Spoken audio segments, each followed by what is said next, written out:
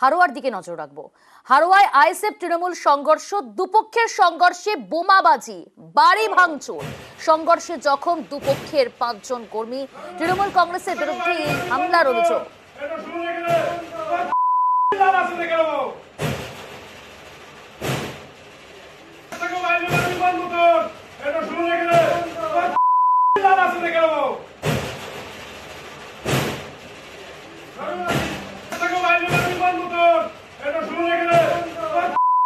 আমি কথা বলবো, টেলিফোন লাইনে রয়েছে প্রতিনিধি জিয়াউল। জিয়াউল, ঘটনার সূত্রপাত কি নিয়ে?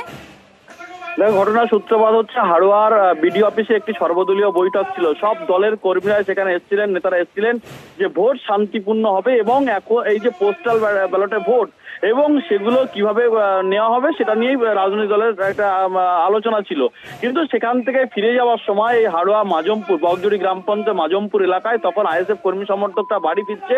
সেই সময় শাসক দলের গুন্ডা বাহিনী তাদেরকে বেধড়ক মারধর করে এবং একাধিক বাড়ি ভাঙচুর করে। এই ঘটনায় কিন্তু 4 থেকে 5 জন আইএসএফ কর্মী গুরুতর জখম হয়। তাদেরকে রাতেই হারোয়া হাসপাতাল, সেখান থেকে অবস্থার অবনতি হলে কলকাতায় রেফার করা হয়। কিন্তু এই হামলার অভিযোগ, সমস্ত অভিযোগটা অস্বীকার করেছে শাসক দল তৃণমূল কংগ্রেস। তাদের বক্তব্য, তারাও হামলার আক্রান্ত শিকার, আইএসএফ তাদের কর্মীদের উপরে মারধর করেছে, তাদেরও বেশ কয়েকজন কর্মী আহত। ফলে এই ঘটনা নিয়েই যথেষ্ট উত্তেজনা পরিবেশ তৈরি হয় হারোয়া এই বগজুড়ি গ্রাম পঞ্চায়েতের মাজমপুর এলাকায়।